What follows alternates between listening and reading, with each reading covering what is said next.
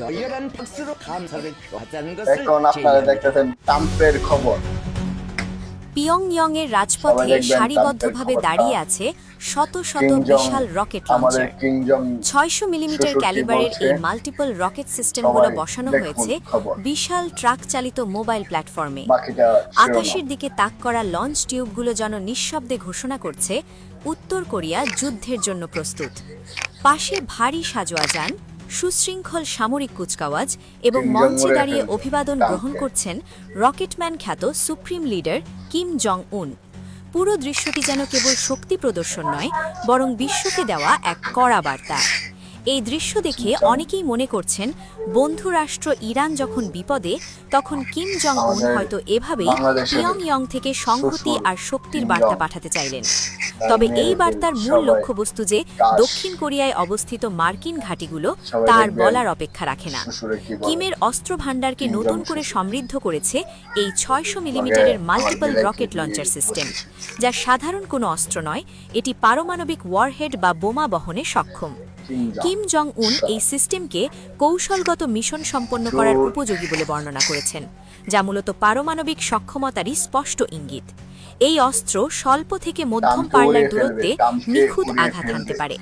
Mobile প্ল্যাটফর্মে স্থাপন হওয়ায় এটি সহজেই এক জায়গা থেকে আরেক জায়গায় সরিয়ে নেওয়া যায় এবং শত্রুর রাডার ফাঁকি দিয়ে একযোগে বহু রকেট নিক্ষেপ করা সম্ভব।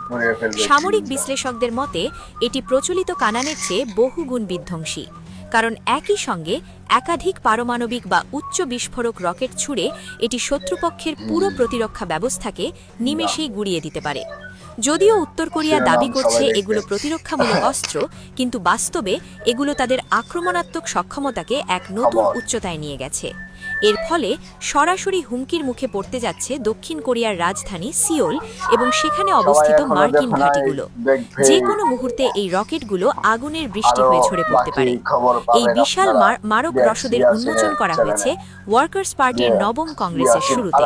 অর্থাৎ এটি শুধু সামরিক ঘোষণা নয়, এটি একটি জোরালো রাজনৈতিক বার্তাও বটে। কিম জং উন তার দল এবং বিশ্বকে দেখাতে চেয়েছেন অর্থনৈতিক চাপ বা নিষেধাজ্ঞা থাকলেও উত্তর কোরিয়ার সামরিক মেরুদণ্ড অটুট এবং শক্তিশালী। সাম্প্রতিক বছরগুলোতে পিয়ংইয়ং ক্ষেপণাস্ত্র প্রযুক্তিতে যে অভাবনীয় উন্নতি করেছে, এটি তারই প্রমাণ। এই নতুন ৬০০ মিলিমিটার রকেট সিস্টেম যুক্ত হওয়ায় কিমের হাতে এখন আরও বৈচিত্র্যময় ট্যাকটিক্যাল নিউক্লিয়ার অপশন বা কৌশলগত পারমাণবিক হামলা চালানোর সুযোগ তৈরি হয়েছে। অর্থাৎ বড় যুদ্ধের বদলে ছোট কিন্তু মারাত্মক পারমাণবিক আঘাত হানার ক্ষমতা এখন তাদের হাতের মুঠোয়। সারিবদ্ধ শত শত রকেট লঞ্চার আর পারমাণবিক সক্ষমতার এই ঘোষণা দিয়ে কিম জং উন জানিয়ে দিলেন উত্তর কোরিয়া এখন আর কেবল প্রতিরোধের